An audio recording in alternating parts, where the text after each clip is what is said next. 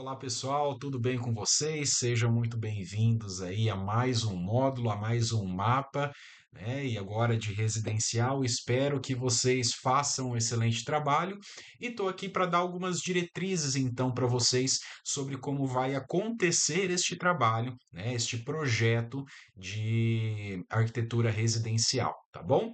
Vamos lá, pessoal.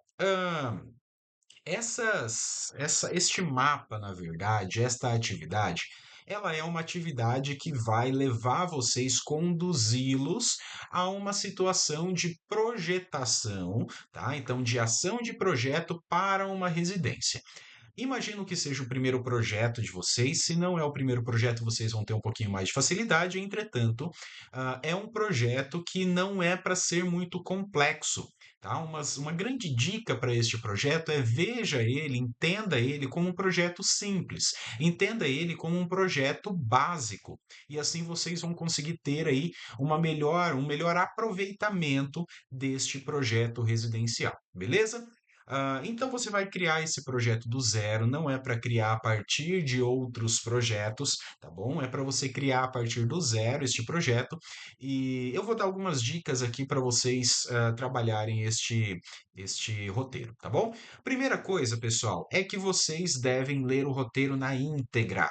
Este roteiro vai estar disponível para vocês, vai estar disponível lá dentro do estúdio para vocês também, tá? Então, leia ele, leia o roteiro na íntegra. Não adianta vocês lerem parte a parte e tentar ir fazendo essas etapas do projeto sem entender o geral do que é necessário para o projeto. Ok? Então, a primeira dica, e essa dica é de ouro, pessoal: estude, leia o roteiro na íntegra. Professor, são 12 páginas. Sim, são 12 páginas, pessoal.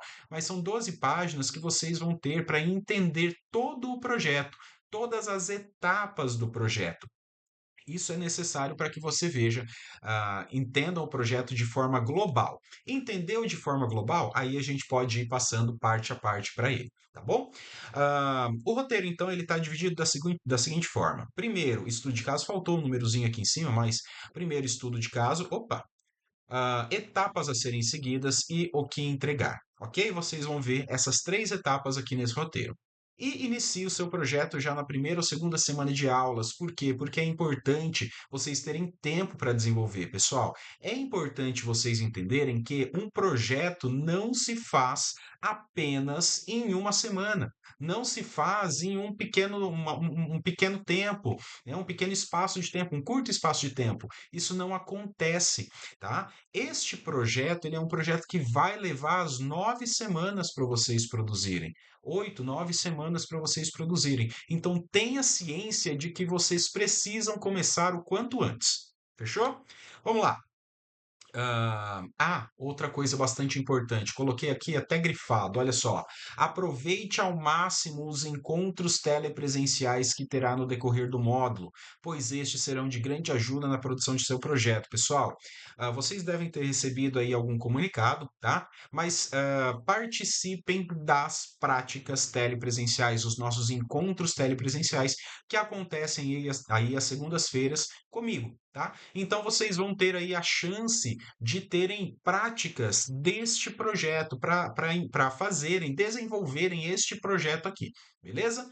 Vamos lá, vamos para o estudo de caso, vamos entender algumas coisas aí do estudo de caso, porque é importante que nós tenhamos aí essa história muito bem definida. Ou seja, o que é o estudo de caso para um projeto? Vocês vão atender a este estudo de caso. Vocês vão atender a esta história desta família que está descrita aqui. Não é para fazer, professor, mas eu quero fazer ali uma casa com 2, 3 pavimentos, uma casa de revista, uma casa ali com 1.500 metros quadrados. Nossa, exagerei agora, mas sei lá, 800 metros quadrados de área construída. Não, não é isso que a gente quer aqui. A gente quer atender a Dona Lúcia. A gente quer atender a esta história, tá? É isso que vocês devem fazer. Outra coisa, professor, quero aproveitar este projeto aqui para que eu possa desenvolver o projeto para mim ou para o meu parente, para o meu primo, para minha tia, para quem for. Não, não é para fazer isso. A menos que esta pessoa conhecida sua seja a Dona Lúcia e tenha uma história igual à de Dona Lúcia, ok. Do contrário, não, tá bom? Tem que atender a esta história aqui. Este é o briefing de vocês. Esta é a família que vocês vão atender. E como que é essa família? Vamos lá, vamos ler um pouquinho sobre essa família. Dona Lúcia, tá? Sempre sonhou em ter uma casa própria, mas por muitos anos a vida a levou por caminhos diferentes. Viúva há mais de 10 anos, ela se dedicou integralmente aos três filhos, Daniel, Carolina e Gustavo. Com o tempo, cada um construiu sua própria família e hoje todos estão casados, com filhos e suas casas próprias. Foi justamente por incentivo deles que Dona Lúcia tomou coragem para dar este passo tão importante. Qual que é este passo? Finalmente adquirir um pequeno terreno para construir a sua tão sonhada casa. Este terreno está descrito lá no final do roteiro, tá? Depois eu falo sobre ele. Aos 65 anos, a mobilidade começa a ser uma possível preocupação. Então, sua casa precisa ser térrea. A casa não pode ser em pavimentos, pessoal. Pode ter escada? Pode ter escada. Só que é desejável que não tenha ou que tenha rampa, tá bom? Aqui, ó, acabei de falar isso, ó, sem escadas ou desníveis que possam dificultar a sua locomoção no futuro. Apesar do tamanho reduzido do terreno, vocês vão ver que não é um terreno muito grande, ela deseja que sua casa seja bem planejada, sem espaços ociosos, ou seja, aqueles espaços que ficam ali sem uso, aqueles espaços que estão ali só para ocupar espaço, tá? Ela não quer isso. E com cada metro quadrado sendo aproveitado de maneira funcional e inteligente. Uma das grandes paixões de Dona Cândida, aliás, Dona Lúcia, né? Não é Cândida, que eu tá errado. Deixa eu até mudar aqui. Lúcia. Pronto, ó. É a jardinagem. Ela sempre gostou de mexer na terra, cultivar flores, temperos e pequenas hortaliças. O contato com a natureza faz ela se sentir viva e conectada com suas melhores memórias. Por isso, sua casa precisa ter um espaço ao ar livre, mesmo que pequeno, onde possa continuar cuidando de suas plantas e sentindo o prazer de um café matinal rodeada de verde. Pessoal, o que eu estou falando aqui? A Dona Lúcia, ela é apaixonada por jardinagem. Ela gosta de mexer com a terra, né? Ela gosta de ter tempo para dedicar a a jardinagem, para cultivar as suas hortaliças, né? Para cultivar os seus temperos, para cultivar as suas flores. Ela precisa de um lugar que ela possa exercer essa grande paixão dela que traz muito boas memórias para ela. Então, o desafio é como vocês vão colocar esse espaço dentro da casa, esse espaço que é tão importante para a Dona Lúcia, tá? Como que vocês vão integrar isto à casa?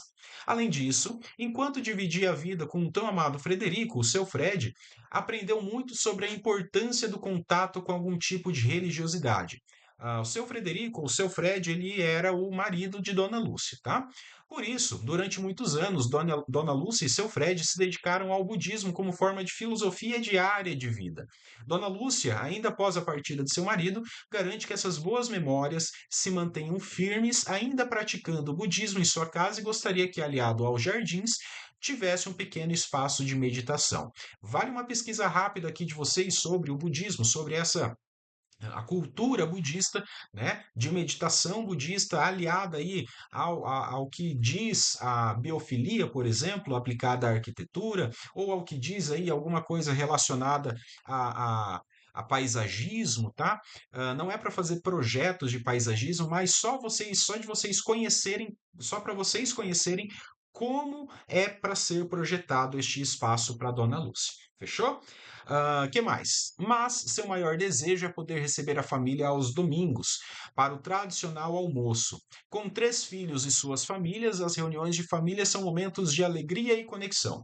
Sua casa precisa ter um espaço de convivência que permita acomodar a todos de forma confortável, seja uma sala integrada com a cozinha, uma varanda espaçosa ou um quintal onde as crianças possam brincar enquanto os adultos conversam. Pessoal, então o que eu estou falando aqui?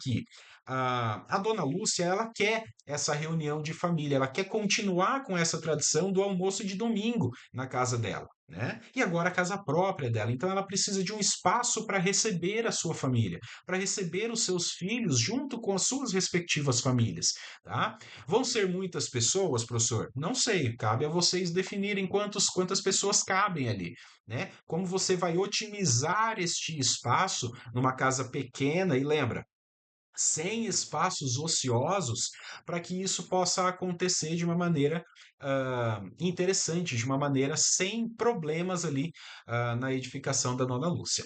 O desafio dos alunos, então, de vocês, alunos, é projetar uma casa que atenda a esses desejos e necessidades. Uma residência compacta, térrea, bem planejada, com espaço para jardinagem e meditação e com uma área de convivência capaz de acomodar a sua amada família nos encontros de domingo.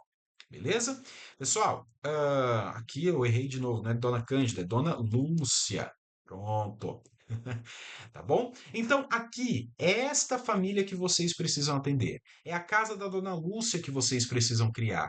E lembrem-se, pessoal, que a gente não cria projetos do nada, a gente não cria projetos sem propósito. É preciso conhecer a história da Dona Lúcia. É preciso conhecer quais são os anseios da Dona Lúcia em relação à sua casa.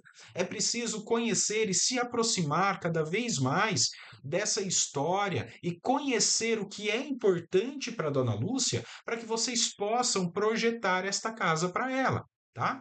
Então, essa é o grande desafio dessa edificação. Uma casa térrea, simples, funcional, só que uma casa com cara de casa, uma casa aconchegante, uma casa que possa se tornar um lar para Dona Lúcia, ok?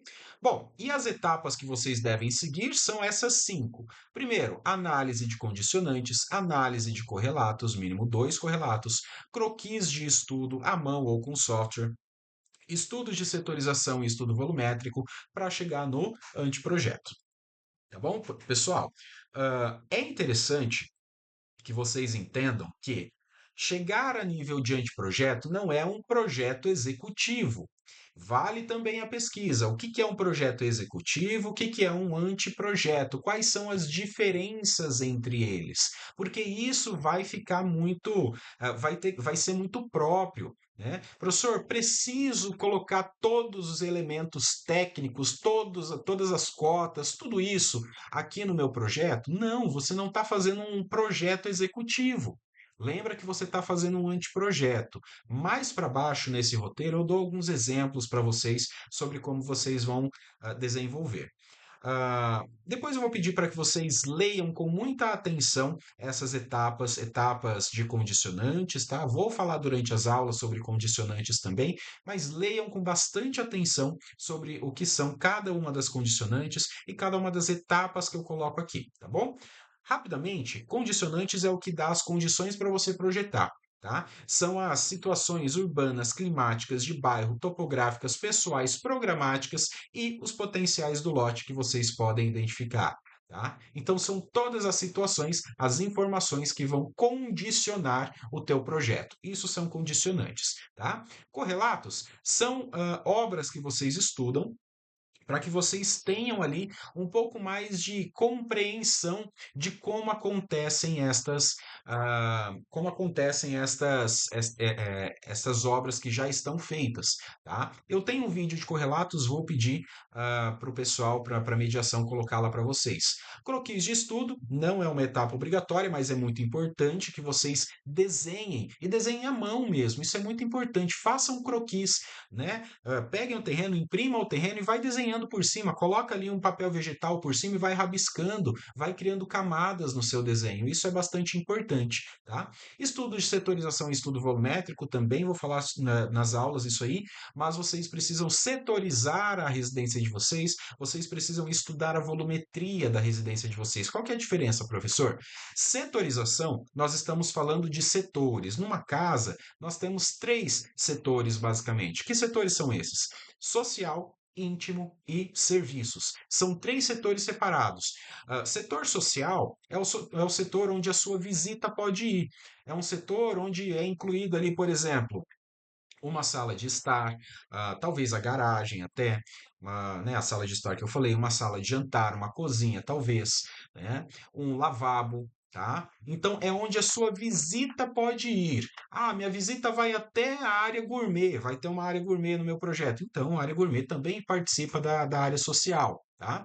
Área íntima, o que que é área íntima? Setor íntimo. É só onde é onde somente os moradores podem ter acesso. Ou seja, somente onde Dona Lúcia pode ter acesso. É o quarto dela, é talvez um escritório dela, não estou falando que precisa ter, tá? Mas é um banheiro exclusivo dela, é a suíte, é um closet, é um, sei lá, quaisquer outros ambientes, talvez um espaço para a meditação, né? Que somente ela pode ter acesso, tá bom? E o setor de serviços é onde serviços externos à edificação precisam chegar até a sua casa. Ou seja, se tem uma piscina, eu preciso ter uma área de manutenção, né? Se eu tenho ali uma cozinha e eu preciso fazer a troca de gás, eu preciso ter uma manutenção externa. Se eu tenho, sei lá, uma área de plantio e eu preciso chegar com sacos de terra, sacos de adubo, por exemplo, eu preciso ter uma circulação de serviços que leve até lá sem eu ter que passar por dentro da minha casa, tá? Então, o setor de serviços, e aí inclui também lavanderia, né? Banheiros, enfim, é tudo que necessita de alguma manutenção externa ou, quando, ou generalizando, né, áreas molhadas, assim, de forma geral. Aí a gente entra numa situação de que, por exemplo, banheiros. Banheiros pode ser setor íntimo ou setor de serviços, pode. Cozinha. Cozinha pode ser setor de serviços, como também setor social, pode, tá? Não há uma regra para essa setorização.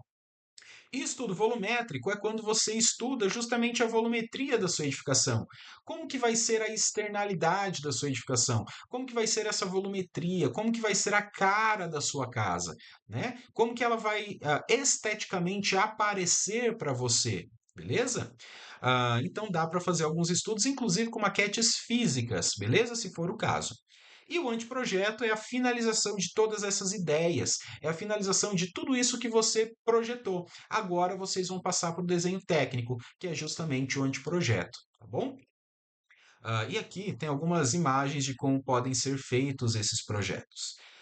Beleza, pessoal? Isso vocês vão produzir tudo em pranchas. Não se deve ter ali nenhum tipo de documento além das pranchas. Então, pranchas iniciais, pranchas intermediárias, pranchas finais. Na aula 5, eu vou falar com vocês sobre como montar essas pranchas. Então, fiquem atentos, porque isso vai ser também bastante importante, tá bom?